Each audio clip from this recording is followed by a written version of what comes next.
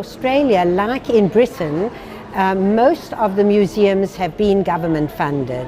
They were founded by the federal government, the main government. Also, Australia has different states, and each state government has a museum as well.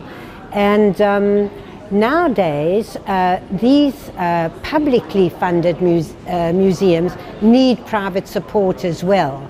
So they are government funded with private sponsors adding to their budget. Now, on the purely private museum front, there are 6 private museums in Sydney, not in Sydney, 6 private museums in Australia as a whole, 2 in Sydney, and the rest are scattered in Tasmania and Melbourne and other places. And they all work very differently. Each one works according to the personality and the interests of the founder of the museum. I think it's a good thing, but definitely, but we live in a globalized world, and China is a very big country with a huge population. And I think it's very important that the Chinese private museums establish similar structures to the Western private museums, and the Western private museums adapt to the Chinese structures, so there is a very good meeting point between the two. Otherwise, we are all working too separately. We need to work collaboratively, share our ideas, which we're doing today. I think it's very important that although each private museum in China has a similar structure, the content of the programs should be very different. And also, I believe, from my perspective, that it is very important that they start cooperating with museums outside of China to bring in temporary exhibitions. And in bringing in temporary exhibitions, there will be a big variety of shows. So they could bring in exhibitions, for example, from the Tate Modern. They could bring in exhibitions from the National Gallery in Canberra.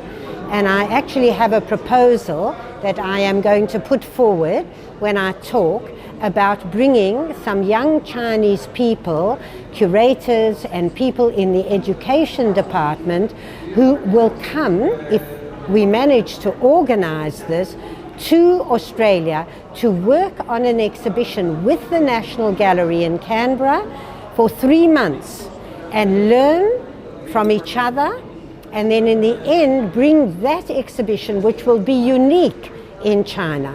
And that's one of the ways where each museum can differentiate one from the other through temporary exhibitions, and also through a different vision.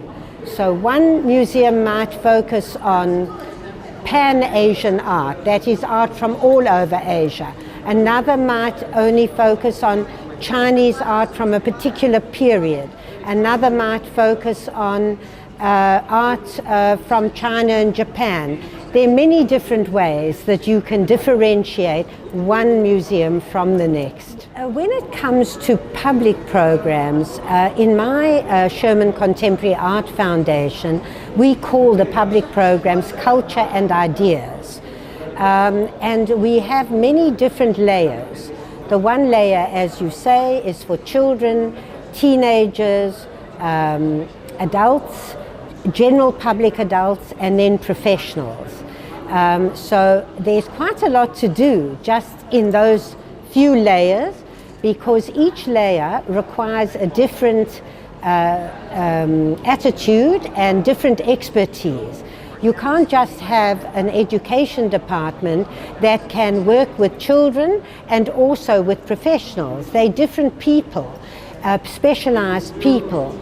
So, for example, with the young children in my organization, we do cooking classes, for example, cooking the kind of food with a famous chef who works with the culture in Asia where the project comes from. So if we have a Chinese artist, then we have maybe Sichuan food, or if we have a Japanese artist, we would have a Japanese chef to work with the young children.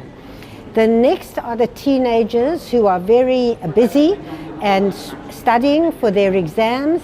You have to make it fun. So we have lots of music and making it a social, not too many lectures, but social. For the interested adults, you can have panel discussions and people coming to speak. And also we have sessions, educational sessions, which are not about the topic exactly, but they're about general topics that relate to the topic.